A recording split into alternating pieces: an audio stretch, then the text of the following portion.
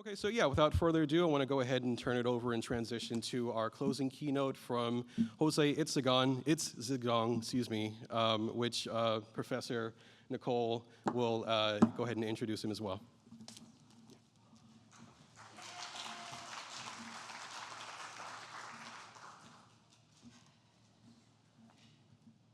Hi, everyone. This has been wonderful. It's been wonderful seeing so many amazing faces and friends. I feel my spirit feels rejuvenated. And my name is Nicole Gonzalez Van Cleve. I'm an associate professor here at Brown University, and I'm affiliated faculty also with the Center for the Study of, with CSSJ, which is now the Ruth Simmons Center, and it's a study for slavery and justice in America. This is one of the most preeminent places to study race, and I want to give one quick plug, which is this last year, one of the things that I worked on was acquiring the Mumia Abu Jamal archive, which it took a village for sure, but it is the largest collection of archives of a currently incarcerated person, and it is one of the most path-breaking things. It was truly an honor to help and be part of that, but as part of the Voices of Mass Incarceration collection, which I'm also working on, and this is a place to study, so come back even if it's for the next conference, but also to study here as well. I get the honor to introduce Jose Itzigsohn, my colleague.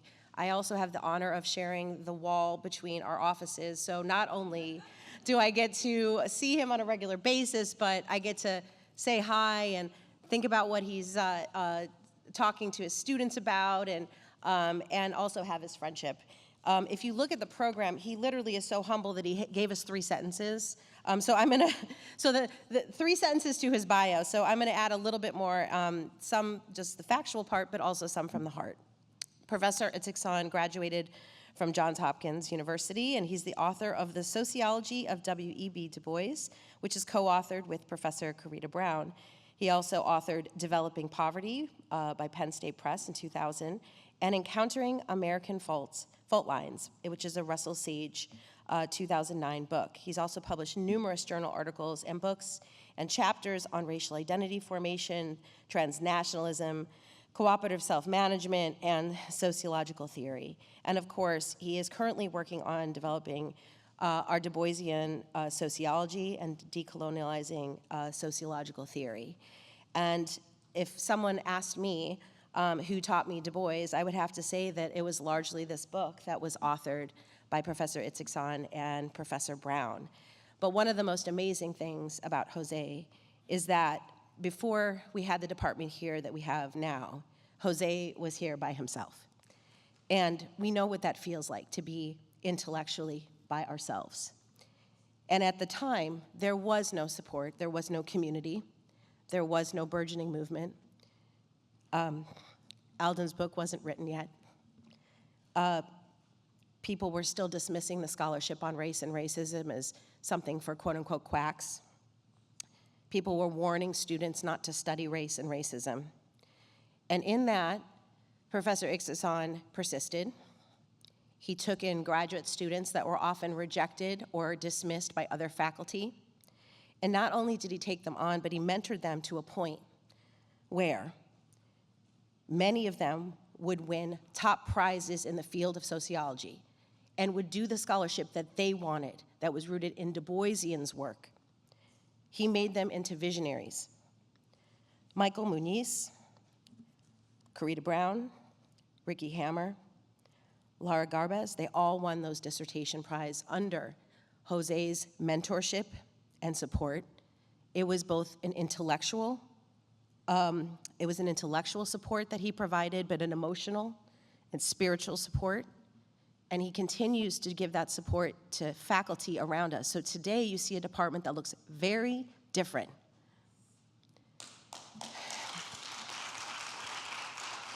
I'm here studying race and racism as a critical race scholar and still learning, as I talked to Earl, still learning how to be a Du Boisian scholar.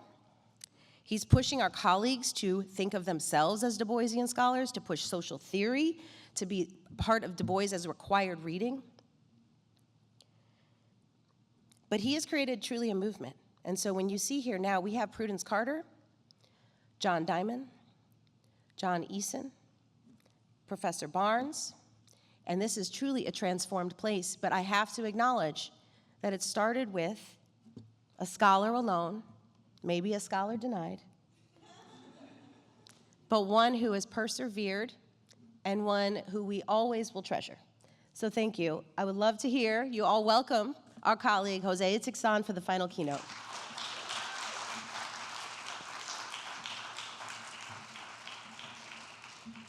Wow, thanks for that introduction. It makes me emotional. Well, I want to start by thanking Sandra, Julian, and Casey for organizing this. I mean, it has been great. You organized a wonderful conference.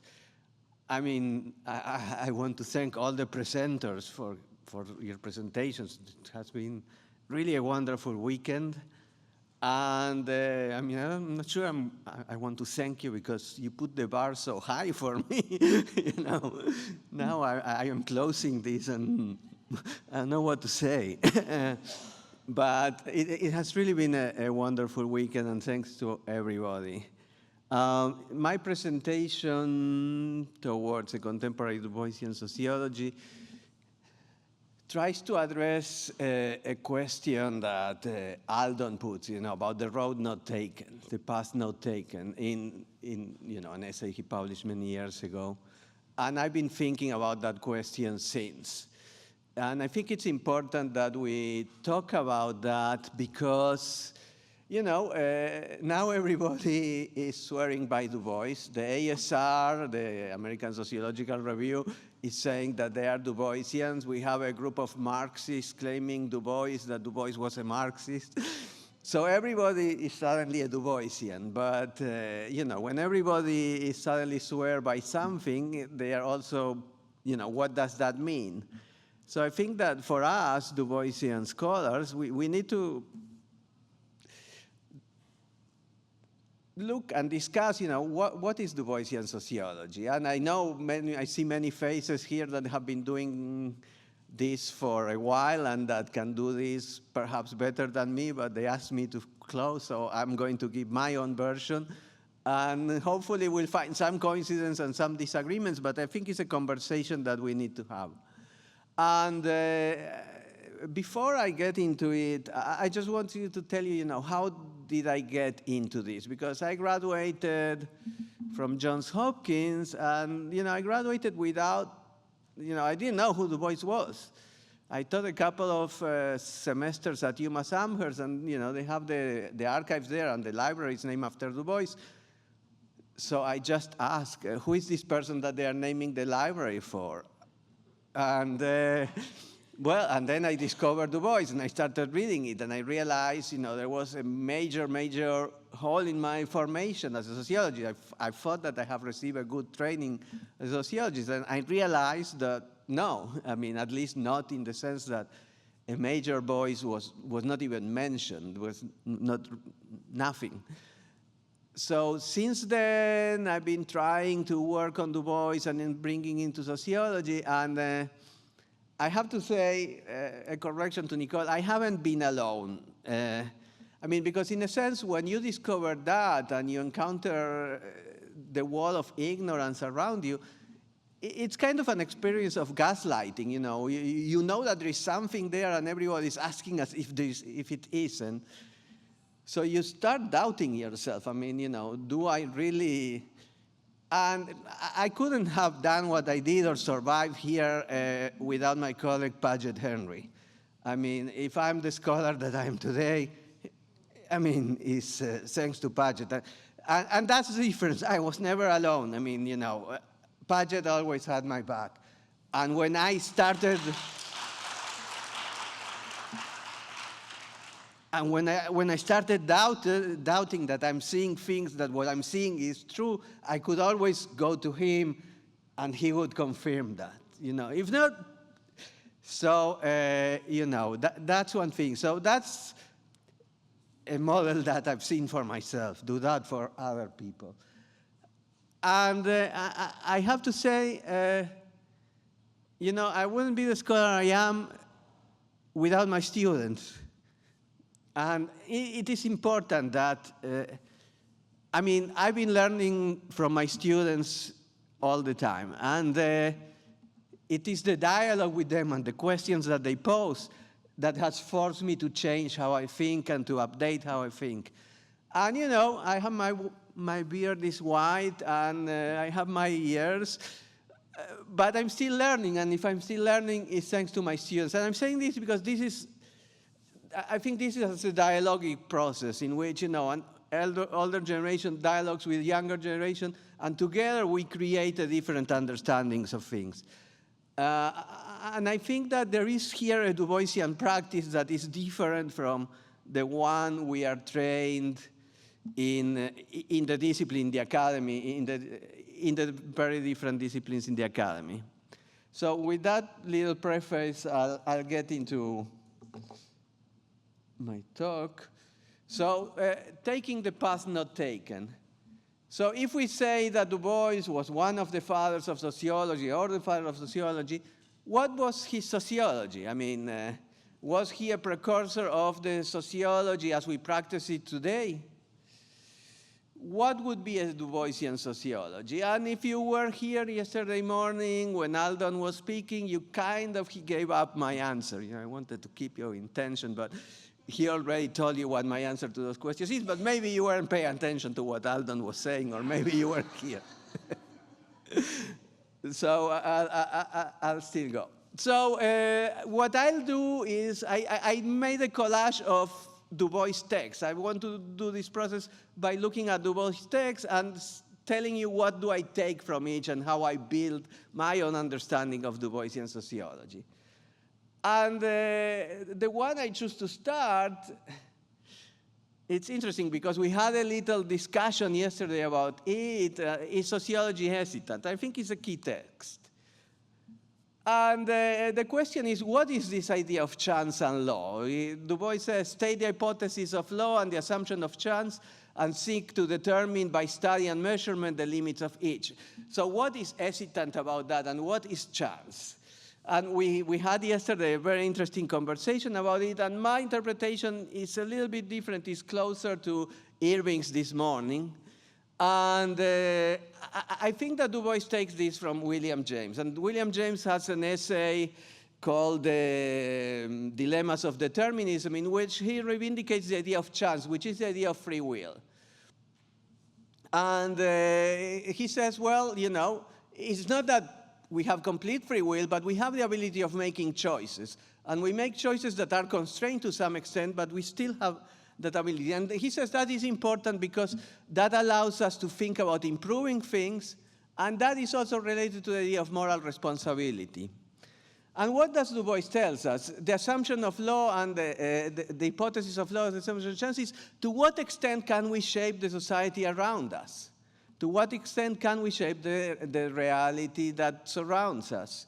And he says, well, there are laws that he relates to population rhythms, but also to organizational rules and institutional inheritance. But to what extent we can influence that? And this is an idea that goes back throughout, that keeps coming back in Du Bois' work. And what is the citation here? Well, the citation is that we don't know. The situation is we know, and we need to determine by measurement, you know, in each situation to what extent we are talking about law and to what extent we are talking about chance. And he comes into this, I forgot to put this quotation here, but he comes into this in Dusk of Dawn, where he says, finally, I could see the scientific task of the 20th century would be to explore and measure the scope of chance and unreason in human action, which which does not yield to argument, but changes slowly and with difficulty after long study and careful development. So in Dusk of Dawn, he's studying race and racism, and to what extent that's, determined, and to what extent that's the product of human action, because, human action and change is not always good. It's also bad. I mean, and in his late autobiography, he comes back to that idea, and he says in relation to industrial society, and he's asking himself to what extent, large industrial organizations and industrial societies can be managed democratically. And he puts it again in terms of law and chance. To what extent the organization of industry constrains us, or to what extent we can organize it in a democratic form. So that question of law and chance as the possibility of action is one that comes throughout Du Bois' work, throughout Du Bois' life.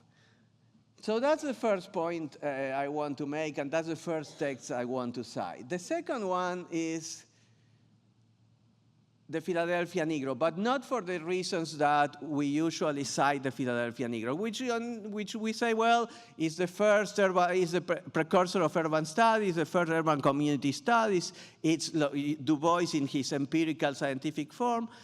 And I want to look at a little quote that is in page 400. So, you may be tired when you read there, you are turning the pages fast and you miss it. But he says there, the Negro problem looked at in one way is but the old world questions of ignorance, poverty, crime, and the dislike of the stranger. So, the same problems of inequality and encounters of people. And then to this is added that questions of questions. And what is the question of questions? After all, who are men? And today we will say, after all, who are human? But what I'm saying is that even Du Bois, when he's in his most empirical and scientific period, he's thinking about this in terms of a question of the fundamental question of equality.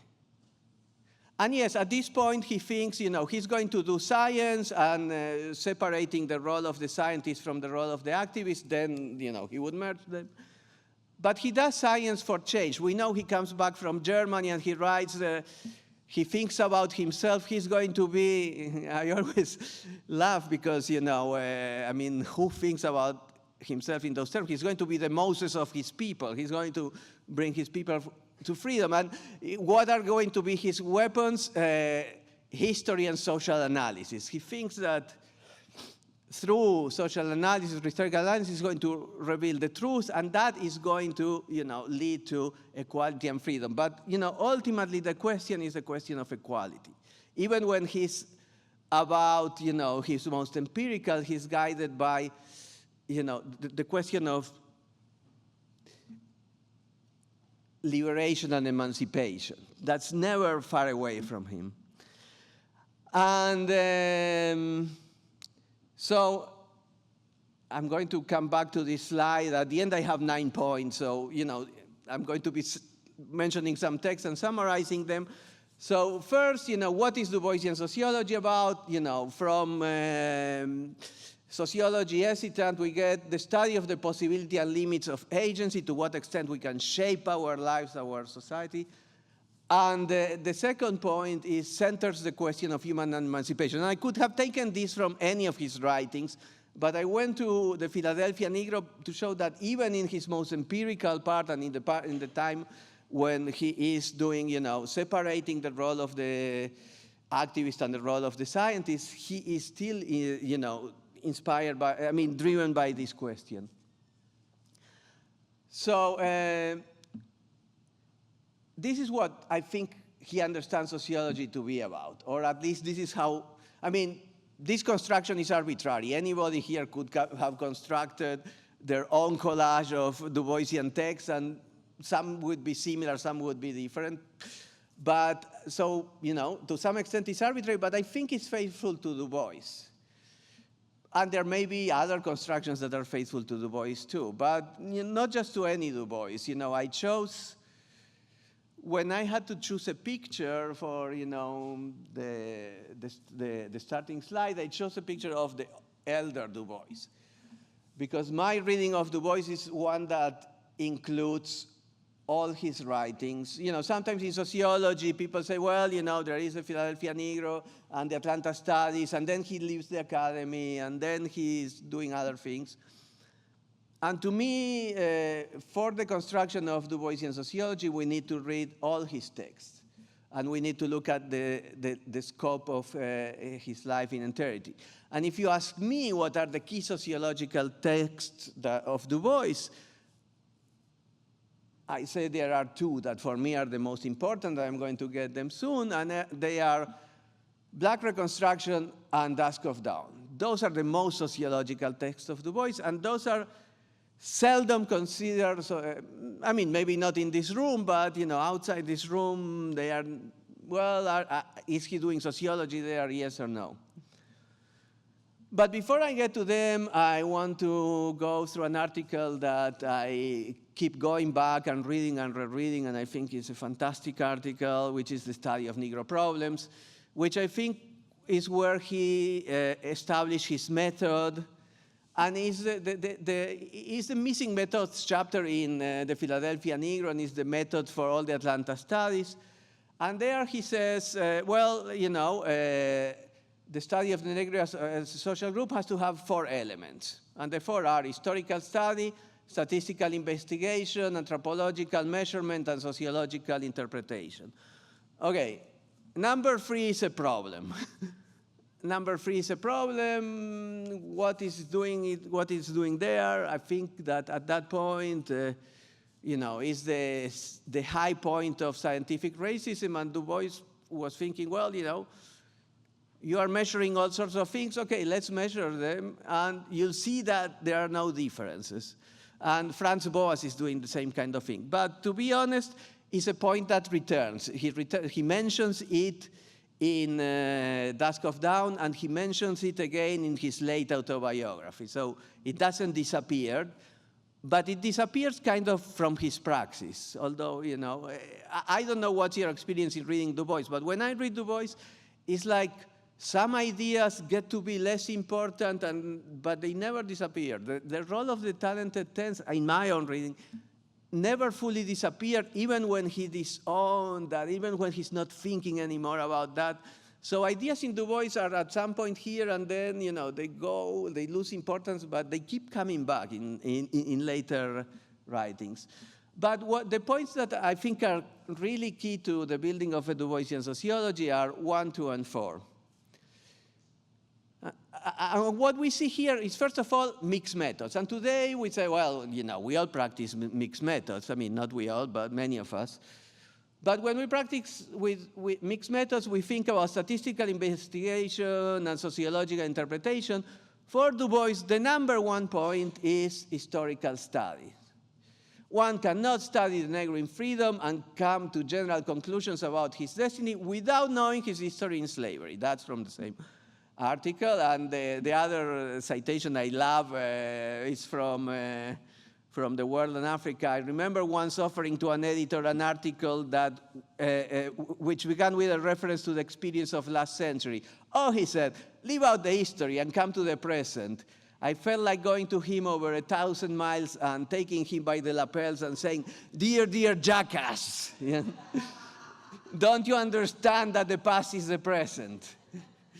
So Du Boisian sociology is rooted in history, and this is important because, a few years after Du Bois writes, the study of Negro problems, Weber in Germany and Park here in Chicago would make the same move, which is to disassociate history from sociology. If history looks up to sociology, is as a field, as an organization, or whatever other field, is a field where we apply general concepts and general things. And in Du Bois, I think in Du Bois sociology, and I like to say in Du Boisian sociology, you cannot do that. Explanation is rooted in history, and in place, and in context. So that's the first thing. And the second point I wanted to talk about is the question of statistical description. And here I very much in agreement to what Jordan was saying yesterday and what Jordan and Kevin wrote in their article. And Du Bois says, we shouldn't generalize. We shouldn't general average in such a complicated subject are apt to be dangerous, misleading. So studies should seek to ascertain by the most approved methods of social measurement, all sorts of things you can read there. In the interest of time, I'm not going to read all the slides, but the point is, his method is inductive, looking at places, looking at context, and measuring the most he can. And, what would he do today? Our discipline is mostly quantitative and uses techniques, statistical techniques, that agglomerates results and control for all sorts of things, but we don't know what we are controlling for. I mean, we don't know what the difference is. We seek the general and the common, and Du Bois tells us the opposite.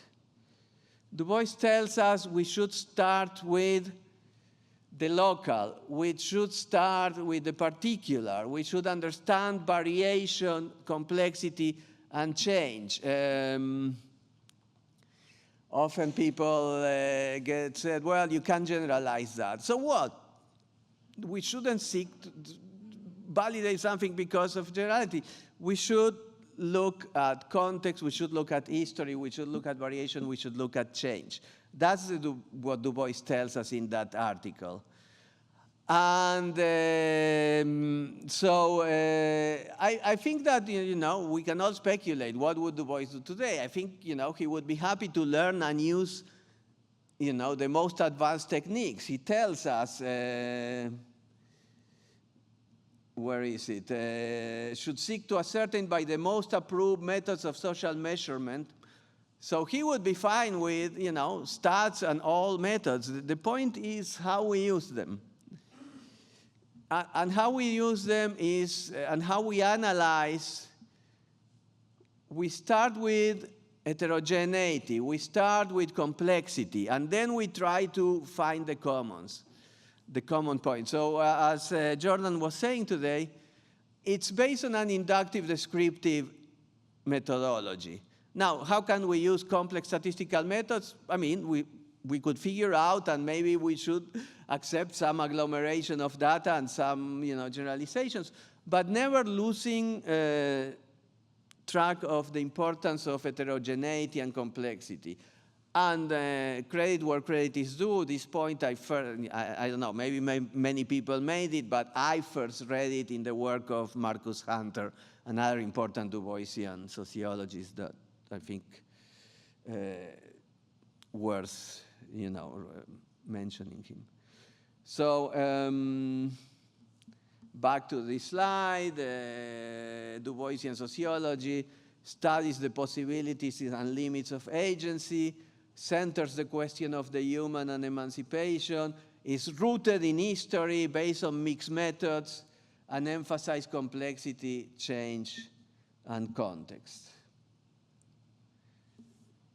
So the next text I want to mention, which is, again, one of my two favorites, is Black Reconstruction. And my first article on Du Bois was on Black Reconstruction. It was a comparison of Black Reconstruction and Black Jacobins. I was like, for many years talking about writing an article comparing these two books as a model for, rethinking historical sociology. And I would talk all the time about that and never write it. And one day, Paget took me aside and said, well, you've been talking about that for a long time. It's time that you write it. Basically, he told me, stop BSing and do some work. I mean, Paget is the kindest of person. He would never put it on those terms. But, that was the spirit of the message. And I wrote it, and it was published in the CLR James Journal. And that was my first article on Du Bois. And, since I first read it, I've been, enamored with, Black Reconstruction. I think it's such a fantastic book. And it's a book that talks about the period that, Du Bois is writing about. And it's talking about the period in which, Du Bois wrote it. And it's talking also about our period. I think we can understand our period reading Black Reconstruction, sociologically. So he says, and there are 2 points that I want to make here. One is methodological and the other theoretical. And the methodological point is the global-local nexus. sometimes, we encounter the discussion, is Du Bois a global scholar or is Du Bois an American scholar? Is Du Bois scholarship about understanding African Americans or is about understanding the world? And it's both. I mean, Du Bois' work is profoundly rooted in the African American experience, and his project is emancipation of African Americans. But at the same time, he never detached the understanding of this experience from the global experience of the black diaspora. He always saw the two connected, and he saw it connected to the experience of colonized people worldwide. So there is not contradiction there. I mean, Du Bois, and he tells us in Black Reconstruction, this is at the very beginning, black labor became the foundation stone not only of the Southern social structure, which is what the book is about, but of Northern manufacture and commerce, of the English factory system, of European commerce of buying and selling on a worldwide scale. New cities were built on the results of black labor, and a new labor problem involving all white labor arose both in Europe and America. So he's writing about a particular period in a particular region of the United States, but that particular period and particular region is related to the whole world economy and to the whole world politics. And he's all the time talking about how it was mentioned earlier on in the morning, how the whole political project of the South and then of the North is related to imperialism and expansion and empire. So Du Bois doesn't make a difference there. Du Bois was a Pan-Africanist from the very beginning. Du Bois attended the Pan-African Congress at the very turn of the 20th century, then organized 4 Pan-African conferences from 1917 to 1927, and then he was the honorary president in the Pan-African Conference in 1945, and then he was a Pan-Africanist all his life. Sometimes, people counterpose Du Bois to Garvey, the Garvey thought about, back to Africa, and Du Bois about struggling in this. But both are founders of Pan-Africanism. Both Du Bois and Garvey are founders of Pan-Africanism. They didn't disagree on that. They had many political disagreements, and they had many personal disagreements, and they had disagreement about leadership, but they were both foundings of Pan-Africanism. I have an anecdote here that it was like startling to me. I come and talk about Du Bois here and in the U.S., and usually people are polite. They push back a little bit, but but I've been giving talks in other parts of the world, and I gave a talk once in Argentina. I'm Argentinian, so I go there and I bring Du Bois to the people, and I was giving a talk with a local Afro-Argentinian organization. And, nobody knows Du Bois in Argentina. So I'm introducing him there. And so it's a small talk with, 10 people and that. And, I'm bringing my talk about Du Bois' sociology and his ideas and all that. And that was the time I got the strongest pushback ever. Why? Because the 10 people in front of me were all Garveyists. And they didn't know Du Bois, but they knew that Du Bois insulted Garvey, and they couldn't forgive and forget that. And with time I convinced them that it was worthwhile to study Du Bois, and there was more to it than just that. But, I was startled because that was a thing that I never expected. So back to the second quote, the resulting color caste found and retained by capitalism was adopted forward and approved by white labor and resulted in subordination of color labor to white profits the world over. Again, it's about the world. Thus, the majority of world's laborers, by the insistence of white labor, became the basis of a system of industry which ruined democracy and showed its perfect fruit in World War and depression. And this book seeks to tell that story. So in part, it tells a very local story. But it's, much like, Polanyi went to a little part of England to tell the story of fascism and the reactions to fascism. You know, Du Bois is telling the story of World War and Depression, the time in which he lived, by looking at Reconstruction, at the period of Reconstruction. So again, and here I have to say, you know,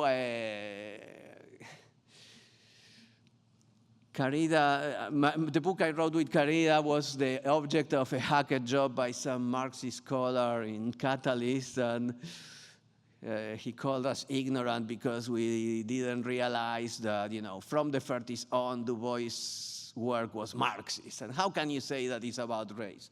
And I wonder, you know, what reading comprehension, you know, how can you read this and say it's not about race? How can you read this and say, you know, I mean, you have really to be blind to say that Du Bois was not influenced by Marxism. I mean, Du Bois was influenced by Marxism. He writes himself, Marx was the smartest person he read. And that when he read Marx and Freud, it changed completely how he thinks. So that's clear, and you know, our book says that. But what we say is that, you know, Du Bois is influenced by Marxism, but his analysis is different. And how can you read this and not realize that? And this is part of the problem why I think this conversation is important and this conference is important, because everybody wants a piece of Du Bois today and wants to, you know, interpret it in their own way without really reading it, because we can read Du Bois and disagree, but, you know, people are using it, you know, the way I see it, a group of Marxist sociologists have suddenly discovered black Marxism, and they are using it to suddenly become relevant.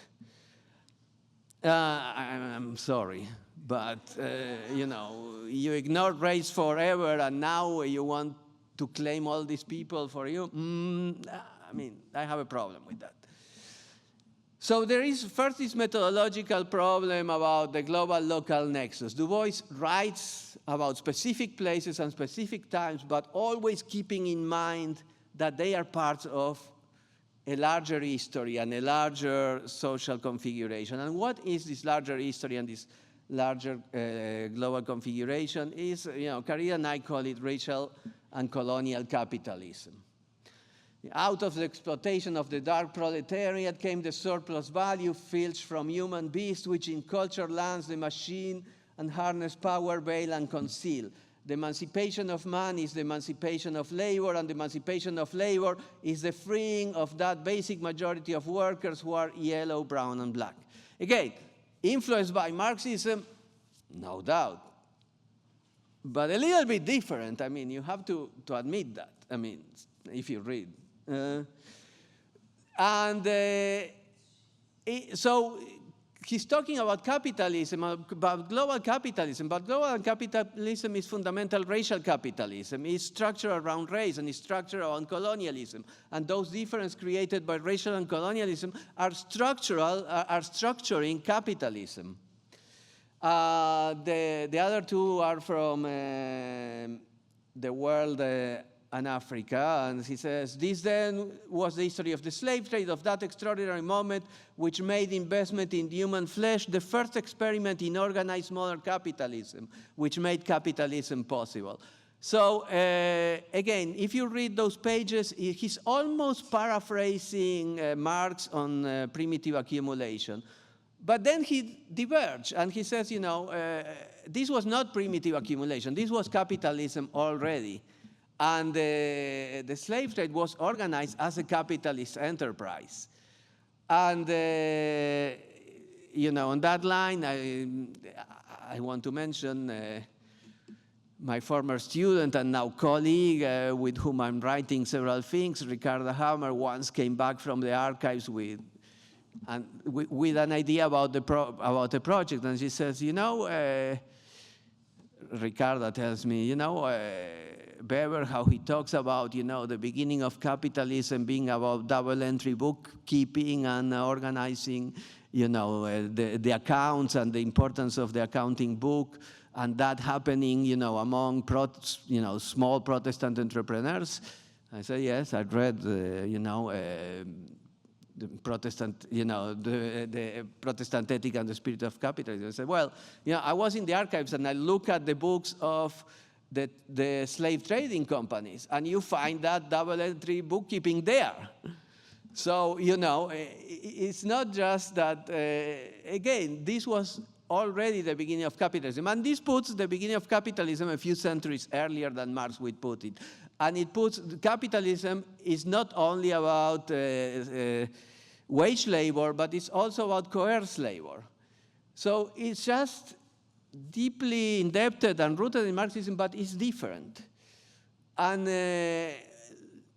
theoretically makes us look, we need to account in our theoretical explanations for colonialism and for how racism is rooted in this history and is global. I mean, we all know the story of the 20th century I'm paraphrasing, the story of the color line is the encounter of the white races and the black and brown and yellow people throughout the world. And I just don't have the citation in my mind, but you know what I'm talking about. Again, this is global and is tied to the global process of colonialism. So colonialism created a global system that has many local manifestations that are different, and we need to study in the specificity, but always keeping in mind the global connections and the historical connections. And he says, well, that the slave trade creating a change in how we think about human beings, and that change, which, okay, again, Marxism, race emerges as a justification for exploitation, but he says, those ideas that emerge with that keep working after, the slave trade ends, and keep structuring the modern day society. So he says, yes, race and racism may have originally been rooted in economic relations, but now are beyond economic relations. That's the same thing he tells us in Dusk of Dawn. What is race, racism, and whiteness based on? On the one hand, on economic interest, but on the other hand, on custom and on ingrained internal ideas that change very little. So it's Freud and Marx, how he says that, influence him. So again, the power of those ideas in structuring inequality and in structuring privilege is central to the understanding of current times. And again, Jeff Goodwin, our dear critique, says, oh, well, Du Bois' argument about the psychological wage of whiteness is not really developed, and whiteness is not an important topic in Du Bois. And how can you say that? I mean, did you read The Souls of White Folk? Did you read Dusk of Dawn? I mean, again, what are people thinking about? So the point of Du Bois, which for me is beautiful, is how he brings together political economy with the analysis of subjectivity, and how, they are the two related, but the relation is not one, of superstructure and infrastructure, but is one that, that is one that both affect each other.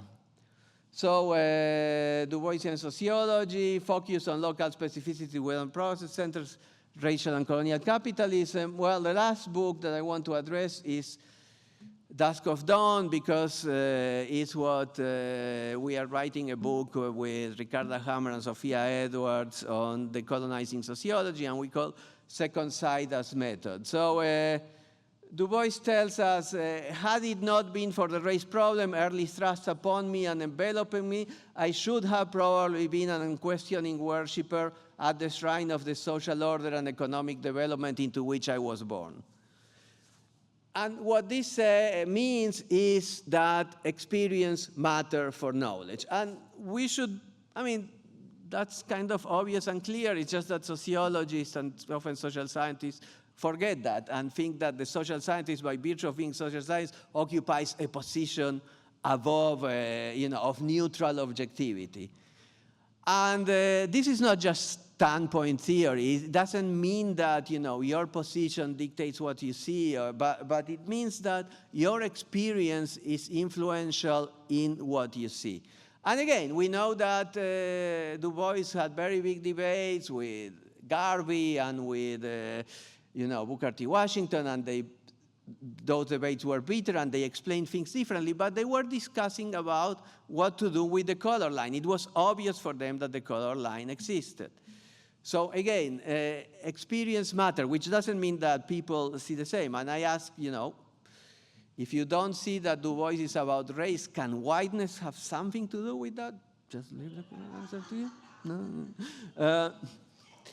But the point is, that the social scientist is not detached from the location and the experience in which they are part of. There is not objective, universal point of view. Does this mean that there is no truth? Yes, there is truth, but the truth is constructed through the dialogue between different positionalities, through the dialogue between different experiences. And it's a truth that is always partial and is being constructed. I always joke with my colleague, Patrick Heller, which is an Habermasian, and I tell the only truly real Habermasians are the decolonials, because they reivindicate the multiplicity of standpoints and experiences, which I don't think that Habermas takes into account. So the point for us in the Boisian sociology is that lived experience matters, that positionality matters, but not like, if you write an article, I am such and such, and that affected how people relate to me. And when, my students come to me and write that, I say, no, explain to me how who you are and your experiences affect what you can see. Don't tell me how you account for that and put it aside. Own it. Anyway, I'm being told that I don't have that much more time, so I'll get, the last 2 points is 2 minutes, okay? Based on second sight as method, links subjectivity to global structures. I couldn't talk about that. If you have questions about that, I'll answer. But just to go back to the beginning, if Du Bois was one of the fathers of sociology, what was his sociology? I try to answer that. Was he a precursor of sociology as we practice it today? We could say so. It would not be inaccurate, but I think it would be terribly impoverishing of Du Bois. That the path not taken is different from the path that was taken at Chicago. That is not just that he was doing things earlier, he was doing things differently. And not only differently, he was doing things better. So what about the canon? Okay, we had Michael Buraboy a couple of years ago presenting his article about, Du Bois in dialogue with Max Weber and Durkheim. Yes, we could do that. But again, it's limiting because, he says that dialogue is important because what each of them brings, it enlarges the conversations. But I ask myself, who in that conversation brings questions of gender? I mean, Du Bois to a little bit, but, we could put Anna Julia Cooper and the issue will be much more central.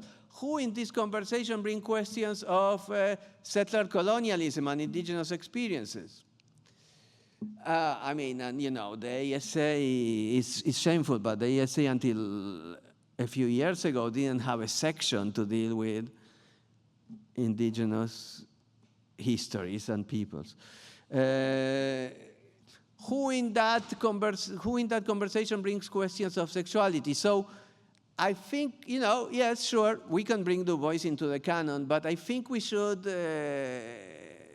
put the canon into parentheses and expand the conversation for a while and rethink the canon. And I say that as someone who has teaching classical sociological theory, and I have to confess, I very much enjoy teaching Max Weber and Durkheim. I do.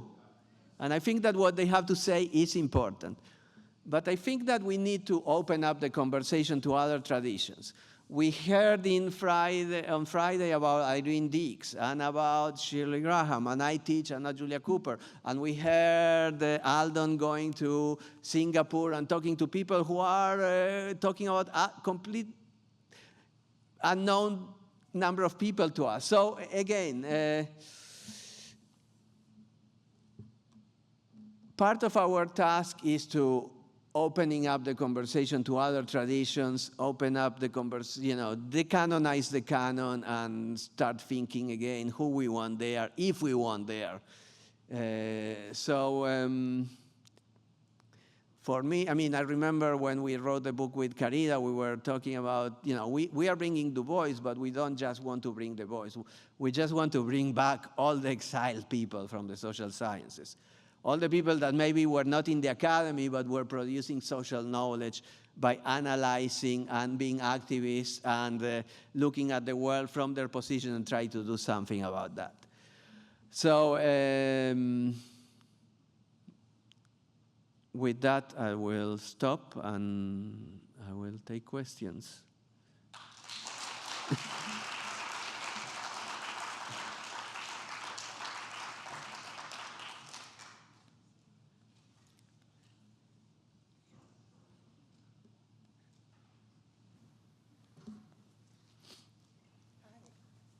Thank you so much. I want to follow up with the canon, since you didn't have as much time to talk about that. Can you get closer yes. to the mic? Yes. Is that better? Yeah. I want to follow up on the canon, since you didn't get as much time to talk about that. To first make a quick plug that I have I'm Zawadi Ruxahidi, and I have an article with Angela Fillingham that's pushing back on this idea of the canon. And how to move forward.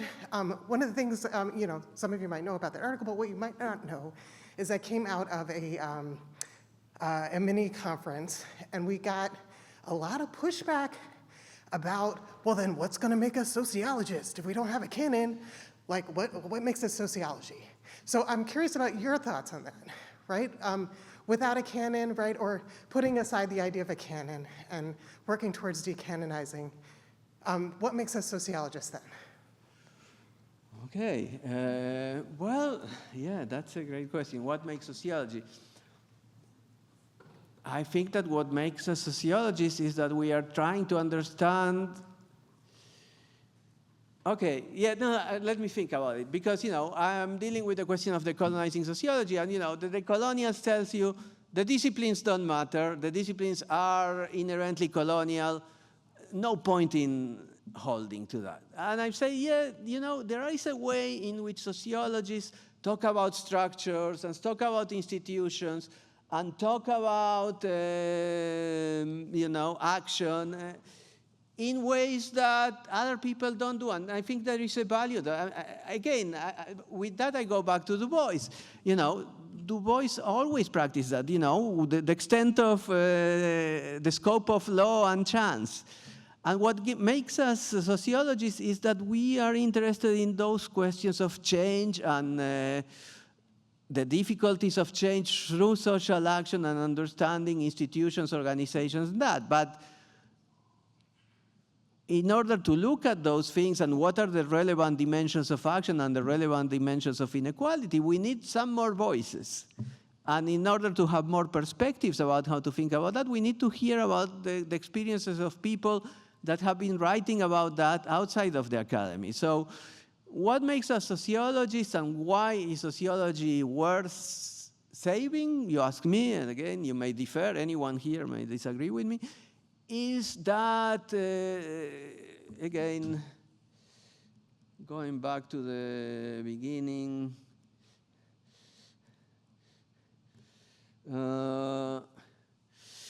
this thing about the hypothesis of law and the assumption of chance, and how we look at it, how we pay attention to institutions, organizations, power, social relations, and that. I think there is a distinct way in which sociologists do, but we may need to have more tools to look at it. Maybe we have been looking at it with limited tools and limited angles.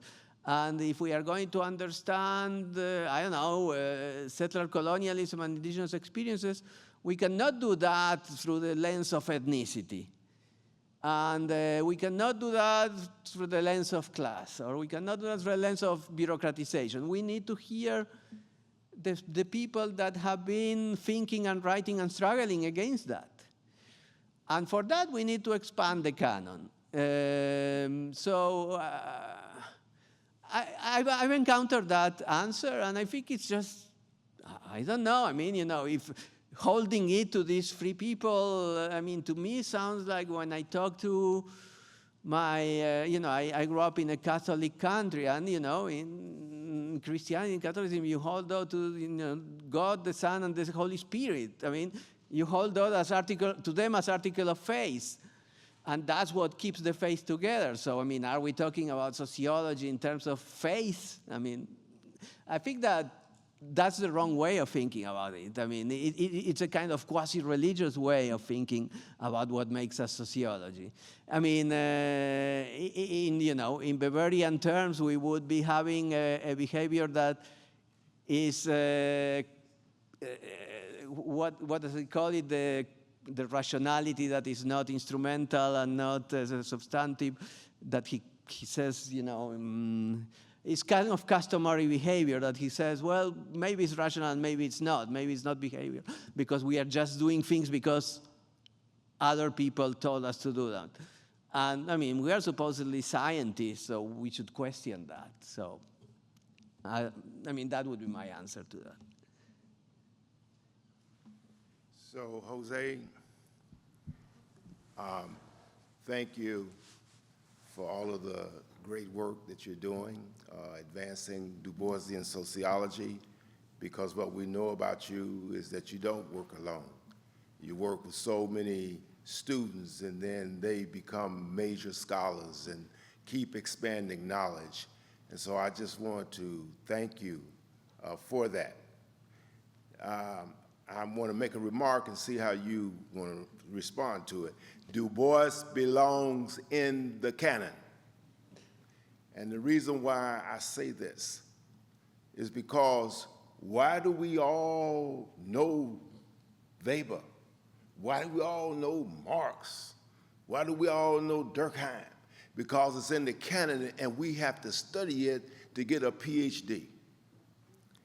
Now, what I've also found is that whenever poor people or people of color enter something, then the discussion starts, well, we don't need it. We don't need it. We don't need no canon. No, yeah, hell yeah, just we need a canon. Because canons exist and they aren't going anywhere. Now, I think it's absurd to argue that to put somebody in the canon closes down expansion, closes down discussion and conversation. The issue is not whether we should or should not put Du Bois in the canon. Yes, we should put him in the canon, and it's on us to keep on expanding knowledge and expanding the conversation, putting Du Bois in conversation with Durkheim, with Weber, with Marx, with Foucault, with Bourdieu, and so on and so forth. And of course, one of the things I would argue that it's not accidental that there are no women in the canon. And so what I'm saying is that I think that we definitely should have Du Bois in the canon. We should even entertain the conversation about, we don't need a canon, because canons are going to exist. And so then, I'm repeating myself, but I'll just say this and stop. Is that to me, to put Du Bois in the canon is to open up further exploration of Du Bois. It is not to close off conversation and expanding knowledge about sociology generally. Well, I mean, I agree to... I agree that as long as there is a canon, Du Bois should be there. But, I could totally see a canon with, I don't know, Du Bois and a Julia Cooper, Fanon and Aníbal Quijano. I have a minor dream, which is a Bourdieu-less sociology. I mean, I mean, sure, no, as long as there is a canon, Du Bois should be there. But the question is, why should that be the canon? I remember, if you go to our building, we have in the basement Marx, Weber, Du Bois, and Durkheim. And I remember having an argument with Paget, because Paget is really the one who who promoted that move. And I said, no, we should put there Du Bois there only, and why do we need the other three? And, Paget, you can correct me, but the argument is to say, well, that Du Bois was in the same level of these three. And I said, well, I think he was above those three. I mean, the problem with the canon, in my view, is that it keeps entering the European point of view. And I totally agree that, to the extent that we keep doing that, yes, Du Bois should be in the canon. But maybe, we should add Anna Julia Cooper. And maybe we should add, I don't know, other people. Who knows? So again, when I say let's decanonize, it's not because I don't think we should not study Du Bois. It's because I think we should study much more people in addition to Du Bois. And that keep, that the conversation is always with Marx, Weber, Durkheim, keep centering that as the core of sociology. So I see your point that to the extent that there is a canon, Du Bois should be there. But we should open up the conversation as to who else is there and who belongs there. And maybe the conversation is, in addition to Du Bois, who else should be there?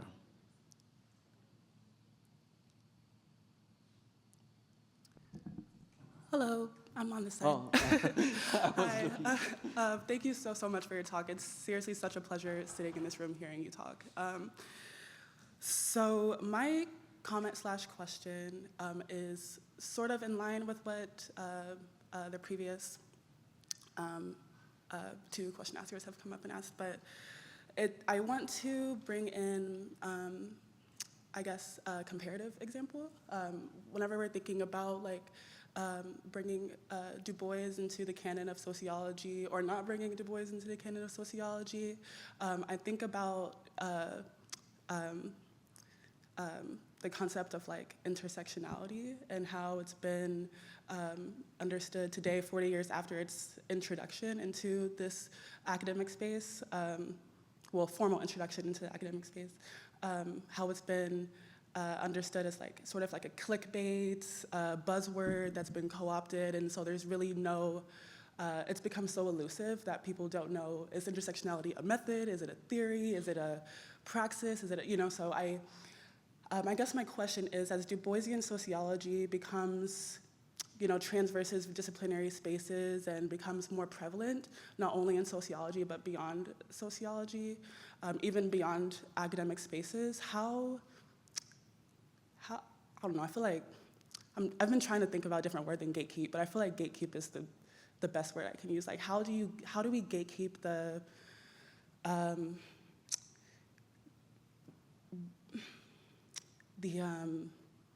core of what Du Bois actually stood for and what he actually wrote. As you mentioned in your presentation, people have co-opted the concept of the veil and double consciousness, for example, are probably the most cited concepts of Du Bois, but don't do so through a critical lens. They don't actually read anything beyond the dusk of dawn. So I don't know. I'm just wondering, how can we, as practitioners, as surveyors of Du Bois, how do we gatekeep his true, I don't know, sociological praxis to avoid it from being intersectionality? Well, I mean, I heard two questions, one about intersectionality and one about the Du Bois core. Well, I was just using intersectionality to like, as like a comparative, like how can we prevent Du Boisian sociology from becoming like clickbait buzzword that intersectionality has become, if that makes sense.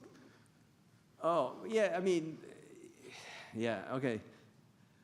Well, I mean, with conferences like this, we do that with conversations like this, and we don't need to agree. I told you what for me is the core of Du Bois. I mean, somebody else can tell me, you know, no, I disagree with you. I think there is some other interpretation.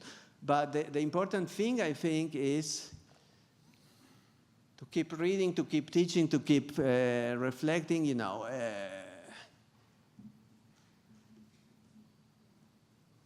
You know, the point is that, you know, should Du Bois be in the canon or not? But even when we come to the canon, often the teaching of the canon is almost like, okay, we go a little bit about Marx, Weber, Durkheim. We know Marx talk about class, Durkheim about solidarity, Weber about something else, and people don't read it and forget it. The point, I think, and the importance of conference like this is that we keep working and talking and having a dialogue and agreeing and also disagreeing about it, but that we bring his work and the work of other theorists to the center of our thinking and our practice, and that's the way you try to stop it from becoming just, you know, a line in a textbook or a citation that you have to cite. Which is what often happens to Marx, Weber, and Durkheim. I mean, how do we do it? You know, just by keeping the dialogue going, by keeping, you know, conferences like this, by agreeing and disagreeing and discussing and reading and working through, you know, possible extensions. I mean, we heard through these days different interpretations, different possible extensions. And that's great. We don't all have to agree, and we can disagree. And but the point is, you know, to keep honestly, intellectually working on this, and keep honestly, intellectually thinking about this, and not staying, you know, with Du Bois. I mean, bring more people, and also, you know, some of Du Bois things we may leave behind, and some of questions he may not have addressed. But okay, but the point is really to keep doing what we are doing here. I don't know if that's enough, but that would be my answer. Hi, good morning. Oh, sorry, good afternoon on your time zone. Yes, good morning from Cali. Blessed day from Pepperdine. My name is Shelby Chandler. It's nice to meet you. I wrapped up my first year of my PhD philosophy program. And so I'm curious, first of all, amazing presentation. Thank you so much for being so diligent with giving us the knowledge on this information. It was very helpful. And so a couple of the topics that you speak on comes of ignorance to me, of not knowing, as someone who's come from collegiate athletics to working in technology to now doing this drastic pivot to academia, my first year here. This is a new language, a new model of work, a new climate. This is not tech at all. And so I've never heard this terminology of the canon. We don't speak about that at the basketball court or when we're coding for programs to create technology products for you all. This is new for me, and so I'm just sitting here like, okay, maybe somebody's gonna explain it when they ask the question or when he speaks on it, and I was like, I don't wanna ask either, but at this time, maybe somebody in here doesn't know either and is afraid to ask. So I wanna ask, I have no idea what that is. Could you please help me? How would you explain to someone who's a first year, who's new to the academia space overall, and is looking to now incorporate W.E.B. Du Bois in their philosophical research?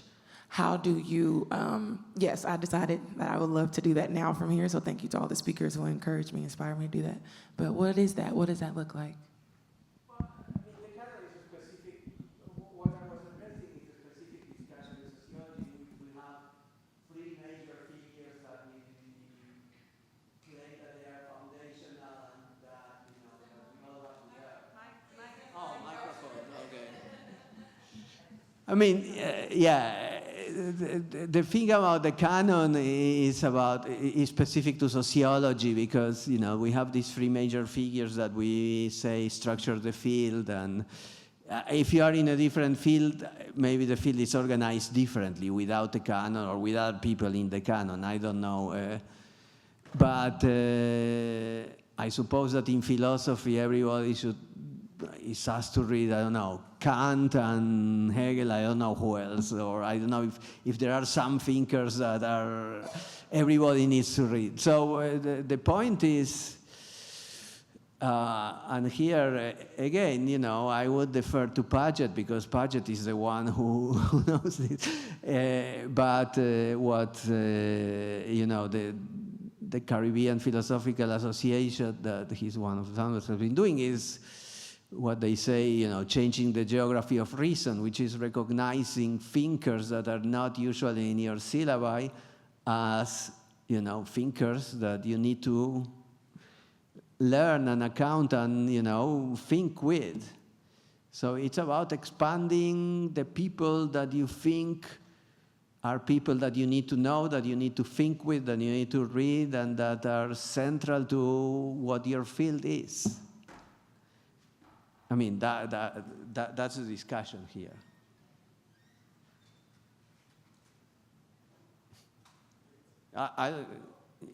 You told me 1 minute, I don't know.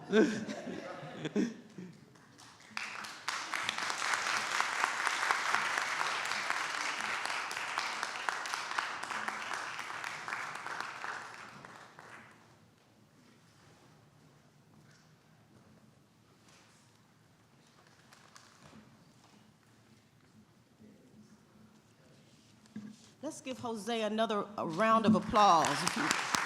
Just a wonderful, wonderful. It's not happenstance that I asked him to close us out, because number one, his connection to Brown and his connection to Du Bois. And so just really want to thank him for the climax and for what I'm hoping will be a continuation of what we will be doing, not only here at Brown, but at your respective institutions.